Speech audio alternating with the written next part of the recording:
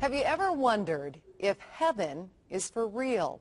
Well, after a brush with death, a young boy may have the answers millions of us are looking for. Was his vision real or something he dreamed? Well, you can decide for yourself.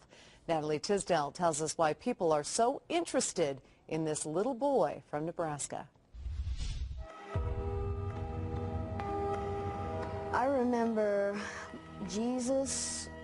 There are streets of gold and a lot of colors. I sat in Jesus' lap and then I felt just safe.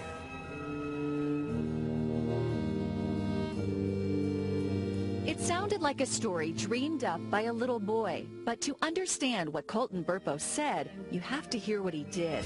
It all started on a trip to Colorado. Colton complained of a stomach ache, a trip to the doctor, diagnosis, the flu. Back home to Nebraska, another doctor, still no improvement. Colton went downhill fast. As parents, we felt sick. You know, what we could have done different. Man, we did this wrong. Turns out for 5 days he suffered misdiagnosed. The then 3-year-old had a ruptured appendix. While in surgery, his parents, Todd and Sonia, prayed in separate rooms.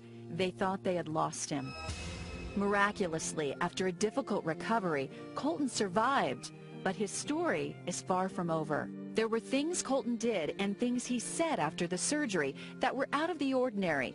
But until a drive past the hospital 4 months after his surgery, none of it made sense. His dad jokingly asked Colton if he wanted to go back to the hospital. His response? But you know, Dad, and he looks at me in the mirror and I'm looking at him. He says, the angels, they sang to me while I was there. I remember looking in the mirror and he's just dead serious. Colton's story about heaven was about to begin. And I look at my wife and she looks at me and it's like, has he spoken to you? She's like, no. Her eyes are probably as big as mine and I'm sitting here going, he's never talked to me about angels before. While in heaven, Colton says he saw many things and met many people, including Pop, his great-grandfather who died 30 years before Colton was born. But Colton says he didn't look like the photo in his house. A picture sent months later by his grandmother was more like the man he met, a young man without glasses. And perhaps the most shocking part of Colton's story. Stands right in front of his mom and is like, Mom, I have 2 sisters. But he only has one sister. You had a baby die in your tummy, didn't you, Mom? His parents never told him about the miscarriage. She looked familiar and then she started giving me hugs and telling me that she was glad to have someone from her family up there. Over time, this young man's visions became more real, from his description of Jesus to his talks with God, even a discussion about Armageddon. I actually got a glimpse of it.